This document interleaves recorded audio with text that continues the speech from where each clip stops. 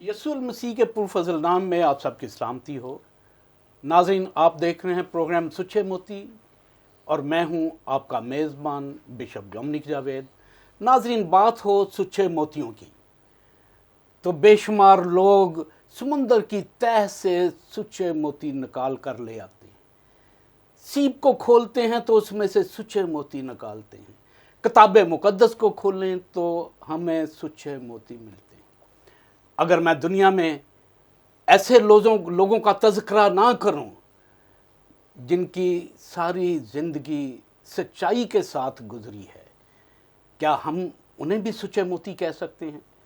आज हमारे साथ एक ऐसी शख्सियत मौजूद हैं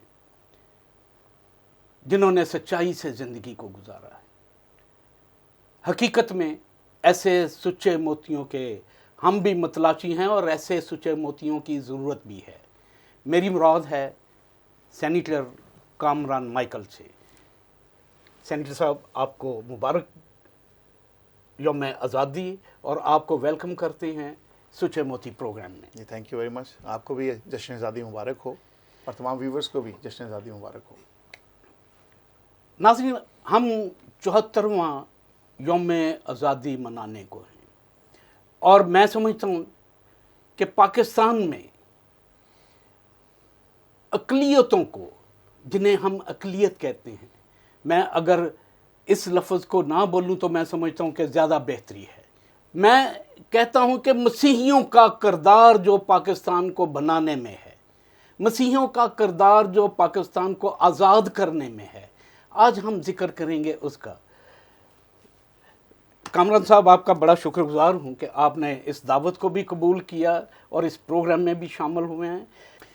इससे पहले कि हम गुफ्तगू का बाकायदा आगाज़ करें, नाज़रीन आइए हम करते हैं एक दुआ, और ये दुआ करेंगे मेरे साथ सेनेटर कामरान माइकल।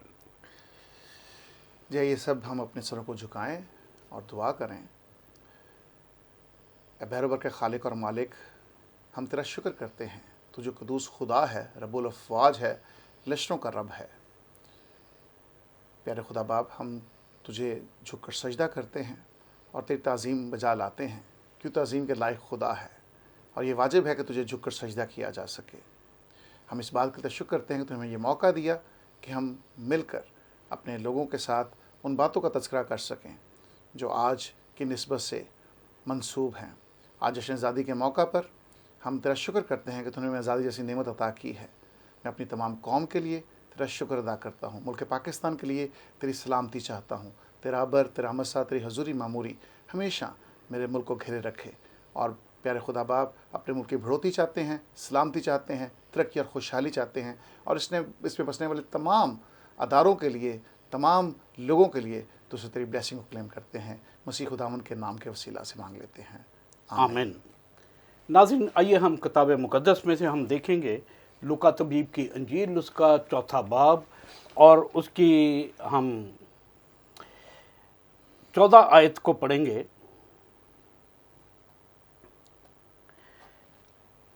लूका तबीब की अंजील, उसका 4था बाब और उसकी 18 आयत से हम पढ़ते हैं। खुदा के कलाम में लिखा है, खुदावंद का रूह मुझ पर है, इसलिए कि उसने मुझे गरीबों को खुशखबरी देने के लिए मसा किया।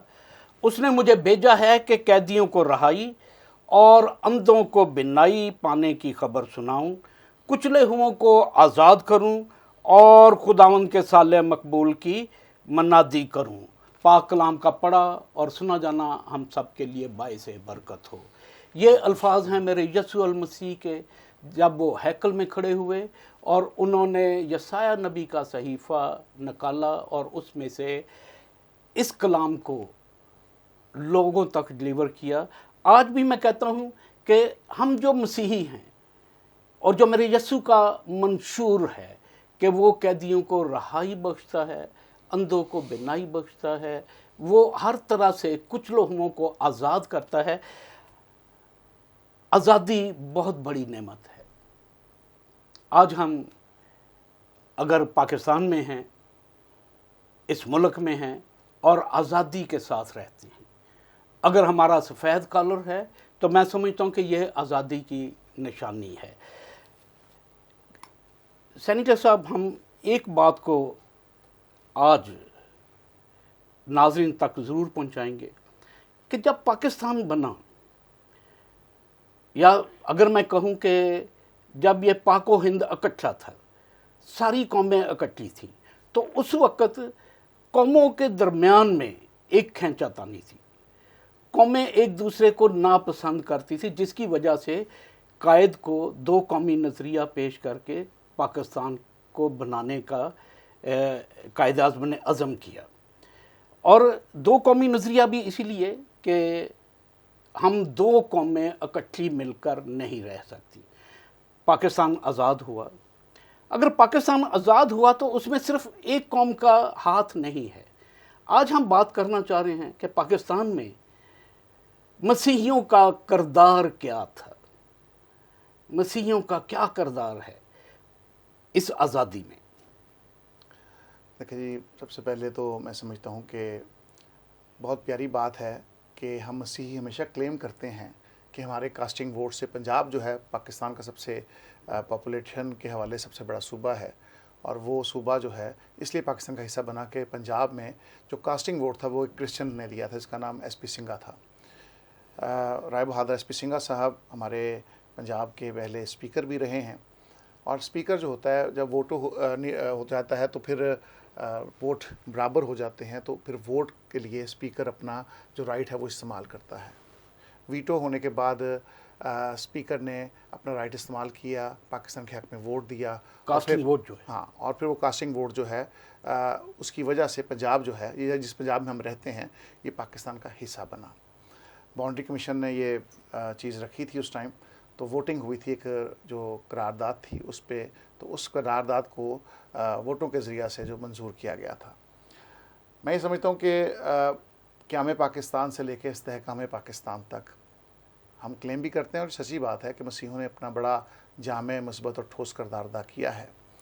और जब ये आपने खींचातानी की बात की, ज़रूर है, जब ये चीज़ें डिवाइड होने जा रही थी, तकसीम में हिंद का मसला था, और पता ये चल रहा था कि कौन सा हिस्सा जो है वो इंडिया में शामिल होगा, कौन सा हिस्सा जो है वो पाकिस्तान का हिस्सा बनेगा, बिहार के कौन से इलाके हैं, बंगाल के कौन से इलाके हैं, पंजाब का कौन सा हिस्सा है, तो ये सारी जो है वो तकसीम का अमल जो था, तकसीम हिंद जो था वो हो रहा था। तो इस मौका पर पंजाब असम्बली की सीढ़ियों पे ये तारीख़ी बात है कि तारा सिंह जो वहाँ के मेंबर थे पंजाब के उस टाइम, उन्होंने कहा था कि जो मांगेगा पाकिस्तान उसे मिलेगा कब्रिस्तान। तो एसपी सिंघा बहादुर ने उस टाइम भी ये कहा था कि सीने पे गोली खाएंगे, पाकिस्तान बनाएंगे। तो ये जब पाकिस्तान बनने का टाइम था, हमने तो उस टाइम से ये अहद वफ़ा पाकिस्तान के साथ बांधा हुआ है, अहद तजदीद है हमारा उस वक़्त से जब पाकिस्तान को हमारी ज़रूरत थी, पाकिस्तान को हर उस वक्त इंसान की उस वक्त ज़रूरत थी जो पाकिस्तान के हक़ में अपना फ़ैसला देने को था। तो हमारे जो पार्लियामेंटेरियंस थे, जिनके जो रिप्रेजेंट कर रहे थे अपनी कौम को, क्योंकि जब हम पार्लियामेंट में होते हैं तो अपनी कौम को रिप्रेजेंट करते हैं, कौम के बिहाफ पे हमने फ़ैसले करने होते हैं। जो फ़ैसला एक पार्लियामेंटेरियन करता है वो उसकी कौम की आवाज़ होता है, उसकी अपनी कौम की तर्जमानी कर रहा होता है। तो उस वक्त एसपी सिंघा ने अपनी कौम की तर्जमानी की थी। सिर्फ एसपी सिंघा की अपनी आवाज़ नहीं थी, पूरी कौम की आवाज़ उनके साथ थी। क्योंकि एसपी सिंघा ने इसलिए ये बात की, एसपी सिंघा थे, जोगिंद्रनाथ मंडल थे, वहाँ पे हिंदू कम्युनिटी को रिप्रेजेंट कर रहे थे, फिर गिबन साहब थे, फिर इस तरह जशवा फजलुद्दीन थे, इस तरह बहुत से लोग थे। लेकिन एसपी सिंघा को इसलिए ज़्यादा उसमें कहा गया कि एसपी सिंघा के साथ जब ये ग्रुप की मीटिंग हुई हमारे कायद आज़म मोहम्मद अली जिन्नाह की, तो उन्होंने कहा कि हमने बीइंग अ मिनॉरिटी, हमने बरसगीर पाको हिंद में एक करब देखा है, हम उस करब से गुज़रे हैं और हम चाहते हैं कि आप हमारा साथ दें, हम यही चाहेंगे कि आप उस करब से गुज़रें। तो ये एक वादा था फाउंडर ऑफ पाकिस्तान का, क्रिश्चियन कम्युनिटी के साथ, हिंदू लोगों के साथ, दूसरे जो पारसी थे सबके साथ, कि हमने वो करब देखा है, हम नहीं चाहेंगे कि आप उस करब से गुज़रें। तो ये वादा जो था ये कायद आज़म ने किया था, और इसीलिए 11 अगस्त की तकरीर को बड़ा जो सराहा जाता है, और जिसमें उन्होंने कहा कि आप सब आज़ाद हैं, आज़ादी के साथ आप अपने मंदिर में जाएं, मस्जिद में जाएं, और जिस जगह पे आप जाके बात करना चाहें आपको पूरी आज़ादी है, और मज़हब का रियासत से कोई ताल्लुक़ नहीं होगा। लेकिन उस तकरीर को आईने पाकिस्तान का हिस्सा नहीं बनाया गया। अदरवाइज़ वो जो तकरीर है वो रोड मैप है हम सब के लिए, अगर उस पर अमल हो जाए तो फिर पाकिस्तान में ये जो छोटी छोटी दीवारें हैं, तफरीकी लकीरें हैं, वो ख़त्म हो जाए। यहाँ पे काटना चाहूँगा, आप कह रहे हैं कि उस तकरीर को हिस्सा नहीं बनाया गया। अगर हिस्सा नहीं बनाया गया तो क्या कायद की तकरीर जो थी, 11 अगस्त 1947 की। अब ये पाकिस्तान उस तकरीर के मुताबिक नहीं है। देखिए, मैं तो यही या बात, क्या ये कायद का पाकिस्तान वो नहीं है? मैं वही बात करना चाहता हूँ कि अगर कायद को मज़ीद मोहलत मिल जाती, पाकिस्तान में कुछ अर्सा बाद उनकी डेथ हो गई 48 में, मैं समझता हूँ कि अगर कुछ अर्सा उनको और मिल जाता तो फिर जो वादे किए थे वो वफा हो जाते। बाज़-औक़ात पेरेंट्स जो हैं वो किसी के साथ वादा कर लेते हैं और उनकी डेथ के बाद जो बच्चे हैं वो कहते हैं हमने वो वादा वफा नहीं करना। बाज़-औक़ात पेरेंट्स जो हैं वो आप, क्योंकि प्रीस्ट हैं, आप समझते हैं इस बात को, चर्च को जगह बड़े ऐसे केसेस हमें आते हैं कि चर्च को जी डोनेट कर दी है, तो बाद में जो उनके लीगल हेयर्स थे उन्होंने कहा जी नहीं हमने नहीं की है, हमारे आवाज़ करके भी हमारा नाम एग्जिस्ट करता है, हमें ये जगह चाहिए वापस। बहुत से केसेस आते हैं, आपने देखा होगा। तो उससे बात करने का मकसद ये है कि अगर वो ज़िंदा होते तो फिर मैं समझता हूँ कि हम जो जिस पाकिस्तान की हम बात करते हैं, जो कायद का पाकिस्तान, कायद-ए-आज़म का पाकिस्तान, जिसमें तमाम लोगों को मज़हबी आज़ादी हासिल हो, जिसमें कोई जबर ना हो, ज़्यादती ना हो, सबको इंसाफ उनकी दहलीज़ पर मिले, ये वादे थे ना कायद-ए-आज़म के। कायद-ए-आज़म ने इस बात के लिए कोशिश की थी, उनके रफ़क़ाए कार ने कुर्बानियाँ दी, सब ने जो जदोजहद की, यही जदोजहद का समर सबको मिलना चाहिए था। लेकिन जब वो वादे करने वाले मौजूद ना रहे तो फिर दूसरे लोगों ने शायद उन वादों का पास नहीं रखा। इसीलिए आज पाकिस्तान 74 साल हो गया है, लेकिन हम शायद वहीं पे खड़े हैं। बल्कि मैं कहता हूँ कि जिस लेवल पे उस वक्त क्रिश्चियंस थे जब पाकिस्तान बना, अब उस लेवल पे मैं समझता हूँ कि क्रिश्चियंस नहीं हैं। अगर मैं सच्चाई के साथ कहता हूँ, उस वक्त नाज़रीन हम किसी को इंग्लिश बोलते सुनते तो लोग समझते कि ये पढ़ा लिखा है और ये क्रिश्चियन है। तालीम का मैदान हमारे लिए था, हेल्थ प्रोजेक्ट्स जितने भी थे वो क्रिश्चियंस के ज़िम्मे थे। एजुकेशन और हेल्थ मेन चीज़ें हैं किसी कौम की तामीर के लिए। उस वक्त सब हम थे वहाँ पे। आज हम कहाँ पे खड़े हैं 74 साल के बाद भी? देखिए, ये बड़ी अलार्मिंग सिचुएशन है और मैं समझता हूँ कि हमें इस पे बड़ा गौर व ख़ौस करने की ज़रूरत है और फ़िक्री नशिस्त इस पे रखने की ज़रूरत है। और मैं तो अक्सर औक़ात तमाम अपने रफ़क़ाए कार के साथ, अपने जो हमारे पार्लियामेंटेरियंस हैं, हमारी क्लर्जी के कुछ ऐसे लोग हैं जो बड़े मुस्बत सोच के हामिल हैं, जो वाकई ही चाहते हैं कि हम अपनी कौम की तरक्की और खुशहाली के लिए काम करें। क्योंकि अपनी प्रोजेक्शन के लिए, अपने लिए हर बंदा काम कर रहा होता है। अपने मकसद को पूरा करने के लिए मैं चाहूँगा कि मैं अच्छी डिबेट करूँ असेंबली में, मैं कोई इस तरह से काम करूँ, मेरी एक्टिविटी ऐसी हो कि लोग बड़ा अप्रिशिएट करें, बड़ा सराहें, तो मेरी प्रोजेक्शन है। लेकिन कौम के लिए टाइम निकालना, वैसे इश्यूज़ पे काम करना जो जिस पे कौम की बढ़ोतरी हो, बड़े ज़रूरी काम है। इसमें मैं एक चीज़ ज़रूर ऐड करूँगा। आपने बात की कि पहले और अब में क्या फ़र्क है। पहले जो था, आपने देखा होगा स्टार्ट में जब हम लोग स्कूल में थे, आपने भी स्कूलिंग की, सब कुछ देखा, उस वक़्त बड़ा मिशनरी जज्बा था। हम जो काम भी करते थे उस जज्बे के साथ करते थे कि हमने क्रिश्चियनिटी को प्रमोट करना है। हमारे करैक्टर से साबित हो कि हम मसीही हैं। जो आप बात कर रहे हैं, इंग्लिश बोलता बंदा नहीं, उसके किरदार और अमल से पता चलता था कि ये क्रिश्चियन बंदा है। वो दुख सुख बांटता था, वो दूसरों का ख्याल करता था। हमारे इदारों में गरीबों के बच्चों को पढ़ाया जाता था। अब कोई गरीब का बच्चा उस इदारे में पढ़ नहीं सकता, नो गो एरिया बना के रख दिया है। मैं वही बात कर रहा हूँ। तो मैं बात जवाब दे दूँ जरा इस चीज़ का ना जी। तो नो गो एरिया बना दिया आप लोगों ने। आप अब हमारे ही बच्चे जो हैं, अगर वो स्कूलों में नहीं जाएंगे, अगर वो तालीम हासिल करना चाहते हैं, माँ बाप जो है ना, उनके लिए उनके लाडले जो हैं, चाहे वो गधा गाड़ी चलाता है, चाहे वो मज़दूर है, चाहे वो किसी जगह पे किसान है, कोई भट्ठे पे काम कर रहा है, उसकी ख्वाहिश है कि वो अपने बच्चे को एक खूबसूरत शहज़ादा और शहज़ादी बनता देखे। उस माँ की ख्वाहिश है, उस बाप की ख्वाहिश है। सिर्फ सोच की कमी है उनके पास, सोच की और जज्बे की और ख्वाब की कमी नहीं है। ख्वाब वो देखते हैं अपने बच्चे के लिए, लेकिन उस ख्वाब की तामीर हमारे इदारे कर सकते हैं। हमारे इदारे उन लोगों को एक्सेप्ट कर सकते हैं। जब आप कहते हैं जी ठीक है जी हम 50% डिस्काउंट देते हैं, अपने क्रिश्चियन इदारे जो हैं अक्सर कहते हैं 50% डिस्काउंट का मतलब है कि 2.5 लाख फीस है तो 1.25 लाख मांग रहे हैं, वो 1.25 लाख भी कहाँ से देगा? उसके पास सोर्स नहीं है। उस जज्बे के साथ काम करना शुरू करें जो जज्बा पहले था। वहाँ पे दूध और मुझे याद है कि सेब बच्चों को ब्रेक टाइम दिया जाता था। मुझे स्कूलिंग में ठीक है, तो वो जज्बा था ना। जज्बा मतलब कि इन इदारों के पास भी ये जज्बा होना चाहिए। हमने वो इदारे जैसे कोई बना के दे गया वैसे ही पढ़ाया, वैसे ही रेलवे वाला ही काम है। जैसे रेलवे के ट्रैक गोरे बिछा गए हैं, कोई ट्रैक नहीं बिछाया। अदारे ख़राब हो गए हैं, खंडर बन गए हैं हमारे हॉस्पिटल्स, हमारे इदारे, हमने उसकी परवाह नहीं की। तो मैं समझता हूँ सिर्फ बूट पहन के, सूट पहन के वहाँ पे बैठ जाना ये बात नहीं होती। हमने अपने उन लोगों को दोबारा से सींचना है, अपनी आने वाली जनरेशन को तैयार करना। देखें, मैं वही काम कर सकता हूँ, मैं सियासी बीज बो सकता हूँ, लेकिन जब मुझे इदारा जिसके पास इदारे को चलाने की रिस्पॉन्सिबिलिटी है, ये जवाब उसने देना है कि भाई तेरे पास इदारा था, तू 6-7 हज़ार बच्चों को पढ़ा सकता था, कितने क्रिश्चियन बच्चों को पढ़ाया है, कितने वो लोग हैं वो क्रिश्चियन बच्चे पढ़ सकते हैं जो फीस दे सकते हैं, कितने ऐसे बच्चों को पढ़ाया जो फीस नहीं दे सकते और वो पढ़ रहे हैं आपके इदारों में। तो ये रिस्पॉन्सिबिलिटी हमारी है। ये इदारे कोई अपने खानदान, ये खानदानी इदारे नहीं है, ये खानदानी इदारे नहीं है, कोई खानदान से नहीं मिले, विरासत में नहीं मिले, इनको बिठाया गया, ये सिर्फ कस्टोडियन है उन इदारों के, इनको उस पर काम करना चाहिए। ये जिम्मेदार हैं, अगर हमारी कौम आज पीछे चली गई है, हम सबको अपनी जिम्मेदारी को तयन करना पड़ेगा।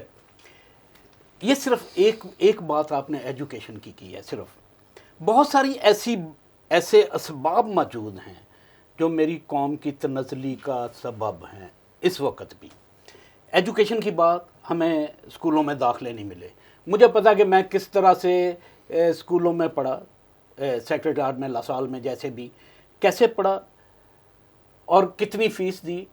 और जब आप कम फीस दे रहे होते हैं तो इसका मतलब है आप मेंटली डिप्रेस्ड हैं, और मेंटली डिप्रेस्ड होकर पढ़ना जो है वो पढ़ाई नहीं है। मैं समझता हूँ हमने कौम को, एक तो लैक ऑफ एजुकेशन, दूसरे मैं कहता हूँ कि अगर कौम को बिजनेस दिया जाता, बेशुमार लोग हैं जो पढ़ नहीं पाए, मेरी क्या मिशंस जो हैं, जो मिशनरी अदारे हैं, जो मिशनरीज़ हैं, क्या वो बिज़नेस की तरफ हमें नहीं लेके जा सकते? जैसे कि एक गारमेंट फैक्ट्री बन गई है, गारमेंट फैक्ट्री में कितने सारे लोग हैं, कुछ स्टिचिंग करने वाले हैं, कुछ कटिंग करने वाले हैं, कुछ धागे काटने वाले हैं, कोई पैकिंग करने वाले हैं। अल्टीमेटली वो एक्सपोर्ट होती है। तो क्या हम कर नहीं सकते थे? मैं आपकी बात, हमने क्यों नहीं किया? मैं, अगर आप मुझे जवाब का कोई मौका दें, आप सारे सवाल भी खुद ही करेंगे, जवाब भी खुद देंगे, तो कैसे चलेगा काम? मुझे भी थोड़ा टाइम दें आप। बात सिर्फ ये है कि फैक्ट्री कोई लगा ले तो करनी तो मुलाजमत ही है ना उसने, फिर उसने धागे काटने हैं या बटन लगाने हैं, क्या तरक्की क्या की? लेकिन मैं जो बात करने जा रहा हूं, तो हाथ से चला गया कि नहीं? मैं जो बात करने जा रहा हूँ, सिर्फ झाड़ू हमारा सिर्फ बात नहीं है, इसमें झाड़ू की बात नहीं है, सिर्फ कौम की तरक्की की बात है। झाड़ू छोड़ने से तरक्की अगर होती है तो फिर झाड़ू छुड़वा देते हैं। वो बात सिर्फ ये कह रहा हूँ, मैं उस झाड़ू मारने वाले को भी अप्रिशिएट करता हूँ। वो मेहनत की कमाई खाता है, किसी की जेब तो नहीं काटता, किसी को धोखा तो नहीं दे रहा, वो मेहनत कर रहा है। अगर उसके पास कुछ नहीं है, वाली नस्लें उनकी अच्छी करें, मैं बात करने जा रहा हूँ, आने वाली नस्लें उनकी अच्छी। तो झाड़ू छुड़वा के आप चाहते हैं वो बटन लगाता रहे, ये कोई तरक्की तो नहीं है ना। मैं बात जो करने जा रहा हूँ, बात ये है कि जब मैं वज़ीर था वफाकी, मैंने अदारा क़ुव्वत के साथ एक एग्रीमेंट साइन किया था। बिल्कुल, आई रिमेंबर दैट। आपको पता है हर चर्च में, हर सूबे के हर ज़िले में, बल्कि पूरे पाकिस्तान में, कराची में भी, पेशावर में भी, मैं खुद जाता रहा हूँ इन इलाकों में, फैसलाबाद, कसूर, लाहौर, मैं आइडेंटिफाई कर सकता हूँ। हमने मोर देन 15,000 लोगों को जो है वो स्मॉल बिज़नेस लेके दिया, उनको हमने इंटरेस्ट फ्री लोन लेके दिया ताकि वो अपने अपने छोटे छोटे बिज़नेस शुरू करें। बिज़नेस जो है ना उसकी तरफ हमने राग़िब करना है। एक नौकरी छुड़वा के दूसरी नौकरी, तो क्या फ़ायदा भैया? अपने झाड़ू नहीं मारना, अपने बटन लगाने हैं कमीज़ को, ये कोई बात नहीं है। इनको तरक्की की राह पर गामजन करें। अगर बिज़नेस करेगा, वो छोटा बिज़नेस शुरू करेगा, कल को बड़ा हो जाएगा। आज अब देखिए, मैं गया पिछले दिनों में, योहानाबाद के सामने आसिफ टाउन है, उन दिनों में हम ये बांट रहे थे, तो एक बच्चा ना चर्च के बाहर, पास्टर बिशप जमाली साहब के चर्च के बाहर वो सीखें वगैरह लगा रहा था रेडी पे। तो मुझे मैंने पूछा भी कि तू क्या करता है, कितने के पैसे कमाता है? कहता है जी मैं रोज़ जो है वो 500-700 रुपया कमा लेता हूँ। तो मैं अगर मैं तुझे कोई 1,00,000, 1.5 लाख, 2 लाख दे दूँ लोन की सूरत में, तो फिर तो क्या करेगा? क्योंकि हम उन दिनों में लोन दे रहे थे, माइक्रो लोन।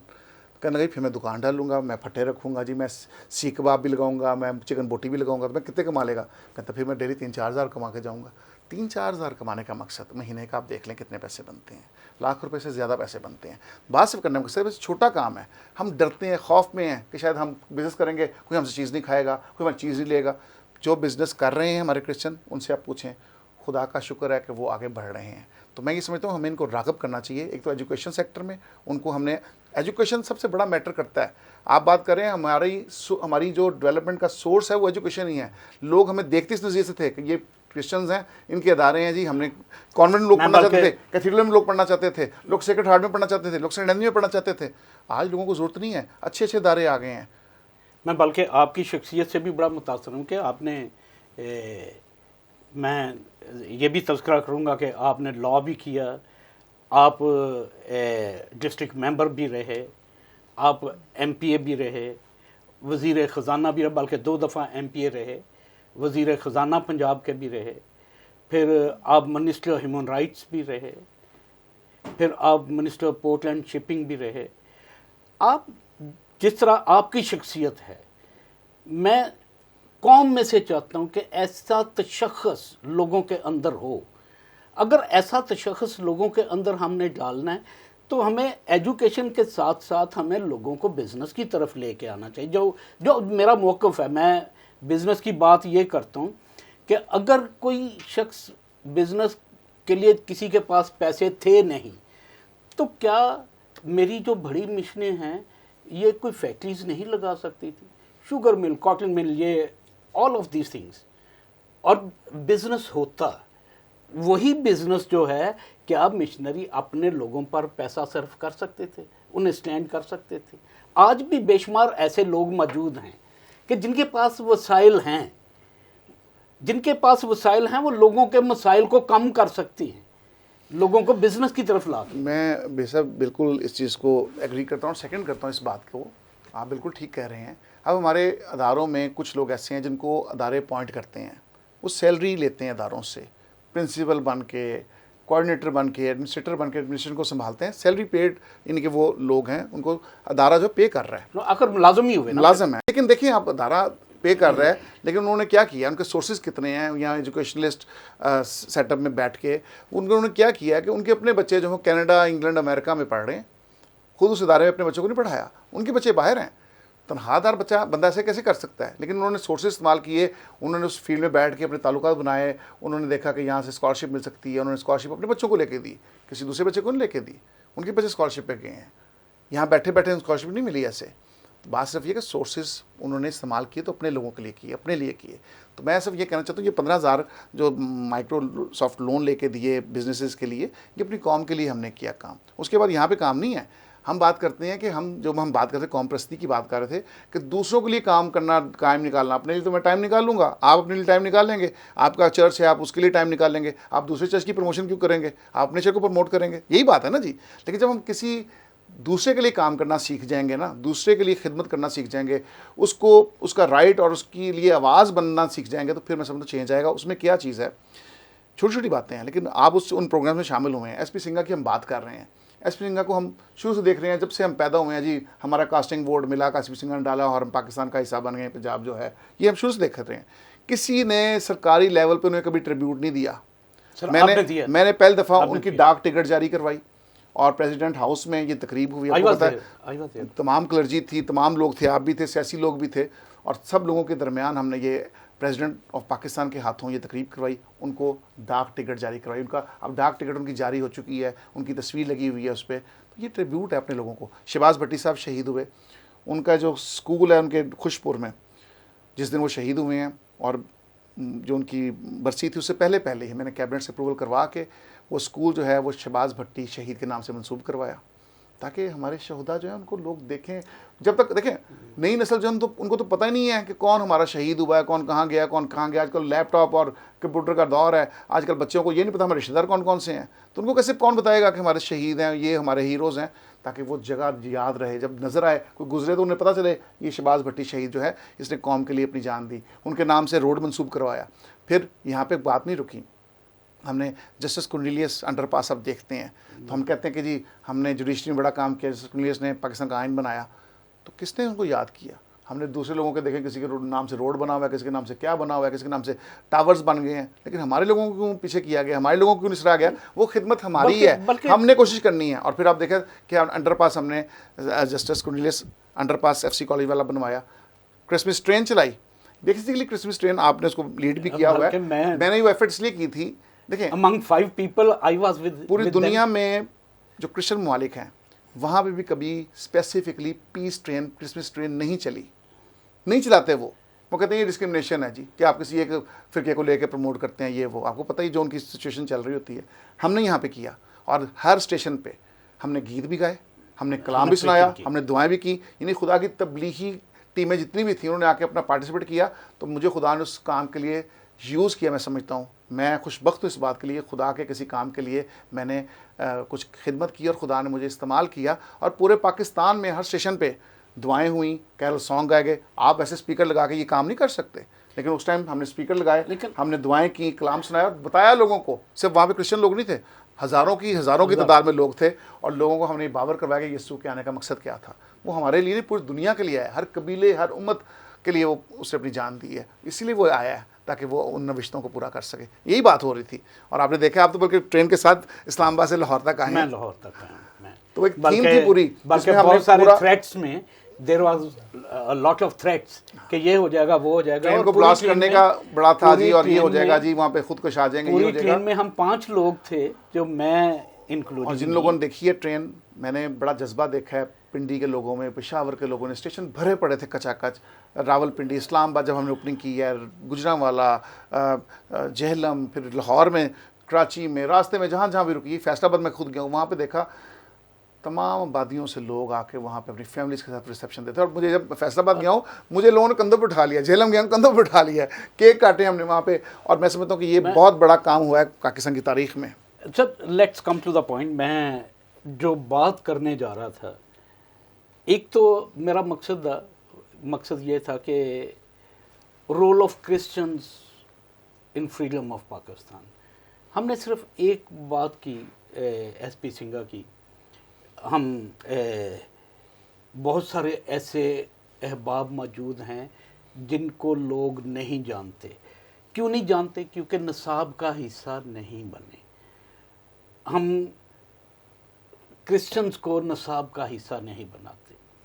ये हमारे लिए लम्हा फिक्रिया है। लोगों को खुद, पेरेंट्स को नहीं पता वो बच्चों को क्या बताएंगे। उन्होंने खुद नहीं पढ़ा, वो कैसे पढ़ाएंगे। अब ये बात जो मेरे अंदर जो ख़ास बात है वो यही है कि मेरी कौम की तनज़ली के असबाब क्या हैं और हम प्रमोट कैसे कर सकते हैं कौम को, हम अपलिफ्ट कैसे कर सकते हैं। देखिए, हमने जो बात की है क़याम पाकिस्तान से इस्तेहकाम पाकिस्तान तक की, क़याम पाकिस्तान के वक्त हमारे उन हीरोज़ का हमने जिक्र किया जिन्होंने उनकी कास्टिंग वोट और दूसरी चीज़ें हैं, कंट्रीब्यूशन है। उन्होंने ऐसे ऐसे दलेरी के साथ असेंबली के फ्लोर पे भी बात की, और असेंबली के बाहर भी जब कोई दूसरा कह रहा था कि जो मांगेगा पाकिस्तान मिलेगा कब्रिस्तान, तो ये कहना बड़े दिलेरी की बात होती है कि सीने पे गोली खाएंगे पाकिस्तान बनाएंगे, दिलेरी की बात है। तो हमारा किरदार वहाँ पे भी बड़ा कोई मशकूक किरदार नहीं था, बड़ा ज़बरदस्त किरदार था। ये इसलिए हम उस चीज़ पे सीना तान के बात करते हैं। रही बात हमारे इदारों की, और दूसरी जो बात अब करें हम कैसे, हमने क्या कंट्रीब्यूट किया उसके बाद भी हेल्थ सेक्टर में, एजुकेशन सेक्टर में, दफा में हमारी बड़ी कंट्रीब्यूशन रही है, बहुत ज़्यादा कंट्रीब्यूशन है। और फिर ये जो हमारे, चाहे वो 1 जज था या 3 जज थे, अब देखें ना, अब रात एक प्रोग्राम में कह रहा था कि 5% कोटा तो मौजूद है, लेकिन जुडिशरी में कोटा नहीं है। अभी जितने भी जजेज़ हैं हाई कोर्ट में, कोई क्रिश्चियन बंदा नहीं है, तो हम उसके लिए भी एफर्ट्स कर रहे हैं। बात सिर्फ ये है कि एक चीज़ बड़ी अहमियत की हामिल है। तो नज़ली की आपने बात की कि ठीक है, वो हम तो कर रहे थे, हमें सब अप्रिशिएट भी करते थे, हमारा रोल बड़ा अच्छा है। आज तो नज़ली का ये आलम है कि क्रिश्चियन कम्युनिटी दीगर तमाम जो कम्युनिटीज़ पाकिस्तान में और बसती हैं उनसे पीछे चली गई है।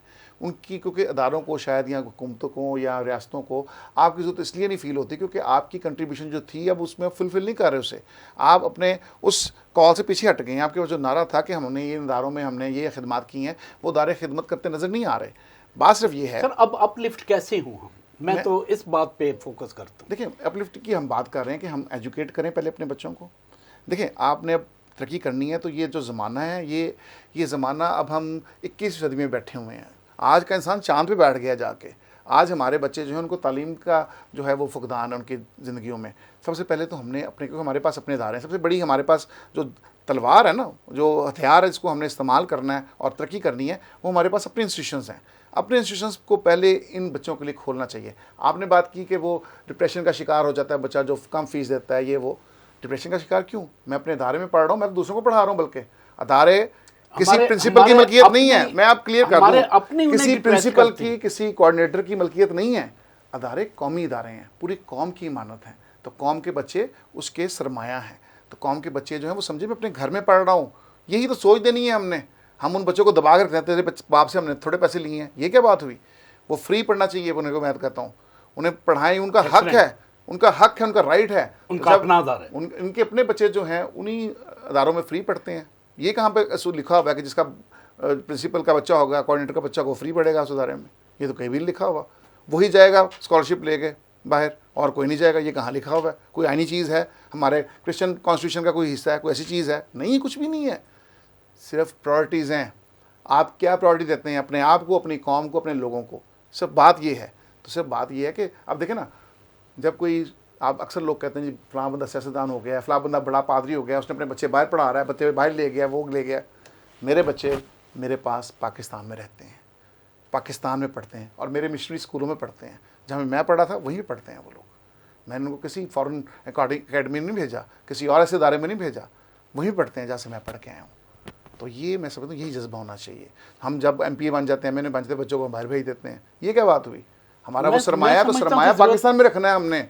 मैं समझता हूँ कि ज़रूरत इस बात की है कि ना सिर्फ हम एजुकेशन की तरफ जाएं, हमें उन लोगों के लिए जो पढ़े हुए नहीं हैं, हम तो बच्चों की बात करते हैं, एक तबका ऐसा है जो पढ़ाई के अमल से आगे चला गया, क्या हम उन्हें कोई स्किल्स ट्रेनिंग नहीं दे सकते? टेक्निकल इंस्टीट्यूट ऐसे हों, स्किल्स इंस्टीट्यूट ऐसे हों कि हम उन्हें सब मैं कम से कम कुछ सिखा दें ताकि वो इज़्ज़त के साथ अपना रोज़गार जो है वो हासिल कर सकें। वैसे मैं जब सूबाई वज़ीर था, हमने टेवटा के साथ, टेक्निकल वोकेशनल ट्रेनिंग इंस्टीट्यूट जो है पंजाब, उसके साथ एग्रीमेंट साइन किया, MOU बनाया, और उस साइन के बाद हमने 2 करोड़ की रकम जो थी, खतीर रकम, वो चेयरमैन टेवटा के अकाउंट में ट्रांसफ़र की कि जी, क्योंकि टेवटा में जितने बच्चे पढ़ते हैं, जितने आप जो कह रहे हैं वो जो टेक्निकल और वोकेशनल ट्रेनिंग लेते हैं, वो सारे ज़कात फ़ंड से पढ़ते हैं, और ज़कात जो गैर मुस्लिम हैं उन पर वाजिब नहीं है। इसलिए हमने 2 करोड़ की रकम ट्रांसफ़र की जब मैं वज़ीर था, और मैंने अपने मिनिस्ट्री के फ़ंड से ट्रांसफ़र करवाई, परमिशन लेके CM पंजाब की। और फिर वहाँ पे हमने कहा कि पंजाब में 36 ज़िला हैं, हर ज़िले में टेवटा का दफ्तर और उनका अदारा मौजूद है, जहाँ जहाँ कोई बच्चा पढ़ना चाहता है फ्री ऑफ कॉस्ट पढ़ाएँ। ये 2 करोड़ रुपये उनके लिए हमने मुख्तस किया। पहली बात, ये एक एफ़र्ट थी, उसे कंटिन्यू होना चाहिए था, लेकिन कंटिन्यू हुआ नहीं। दूसरी बात क्या थी, क्योंकि मैं वहाँ पंजाब में नहीं रहा, दूसरी बात यह है कि आपने कहा कि होने चाहिए टेक्निकल स्कूल्स और वोकेशनल ट्रेनिंग सेंटर्स। ये technical schools, vocational training centres बिल्कुल होने चाहिए हमारे। मैं बार बार कह रहा हूँ, हमारे पास अदारे मौजूद हैं, डेवलप करना है ना, अपने बिल्डिंग्स मौजूद हैं, आपने बस अपना टेक्निकल स्टाफ रखना है, उनको ट्रेनिंग दें। MOU आप साइन कर लें गवर्नमेंट के इदारों के साथ, आप उनको जो सर्टिफिकेशन होगी उनकी, जब कोर्स मुकम्मल करेंगे तो गवर्नमेंट का सर्टिफिकेट दें, ताकि वो बाहर जाए तो हुनरमंद बन जाए। 500 से ज़्यादा कोर्सेज़ हैं। अगर कोई होटल मैनेजमेंट में जाना चाहता है, कोई प्लम्बर बनना चाहता है, कोई लिफ्ट ऑपरेटर बनना चाहता है, कोई चीज़ करना चाहता है, वो हर चीज़ कर सकता है। They can do each and everything. तो आप उन लोगों को ज़रूर प्रमोट कर सकते हैं। आप अपने अदारों को झंझोड़ें ज़रा, कि जो अदारों को चला रहे हैं कि इन अदारों को तबाही की तरफ गामजन ना करें, बल्कि इनको यूटिलाइज़ करें। तो ये चीज़ें जो हैं, ये किसी सियासतदान ने नहीं करनी। मैं अदारा नहीं चला रहा या कोई और अदारा नहीं चला रहा। मैं कई दफ़ा कहता हूँ कि clergy is also responsible for this. भाई दारे जिनके पास हैं उन्होंने काम करना है। हम पीछे हैं तो क्लर्जी रिस्पॉन्सिबल है। मैं ऑल्दो मैं खुद क्लर्जी हूँ, और मैं समझता हूँ कि हम सब जो हैं इसके ज़िम्मेदार हैं। और खुदा के कलाम में बड़ी प्यारी सी बात लिखी है, यूहन्ना 8:32 आयत में, कि और सच्चाई से वाकिफ़ होगे और सच्चाई तुमको आज़ाद करेगी। मैं आज एक बात इस फ्लोर से कहना चाहता हूँ, सच्चाई से वाकिफ़ हों, सच्चाई का सामना करना सीखें। सच्ची बातें हमेशा तलख और कड़वी होती हैं। सच्चाई यही है कि हमने खुद से अपनी कौम को पीछे धकेला है, और अगर हमने खुद से पीछे धकेला है तो हम खुद ही कौम को अब ऊपर लेकर आ सकते हैं, अपने फ़ाल किरदार के साथ। उन गलतियों को छोड़ें जो पीछे हो गई। अभी क्या है कि अभी ऐसे तरीके से, अगर मैं कहूँ कि एक बंदा, एक शख्स को तरक्की दिलवाए, तो मैं समझता हूँ पूरी कौम तरक्की कर सकती है। हमारे अदारे फ़ाल हों, हमारे वो लोग जो हैं, जो अदारों के सरबराह हैं, वो कमाल अक्लमंदी, हिकमत के साथ उन्हें चलाएं, ताकि मेरे लोग जो हैं वो तरक्की करते चले जाएं। अगर कौम तरक्की करेगी तो मैं समझता हूँ कि यही हमारी मसीही खिदमत है। नाज़रीन, जहाँ पर प्रोग्राम का वक्त ख़त्म होता है, आप देख रहे थे प्रोग्राम सच्चे मोती अपने मेज़बान बिशप डोमिनिक जावेद के साथ।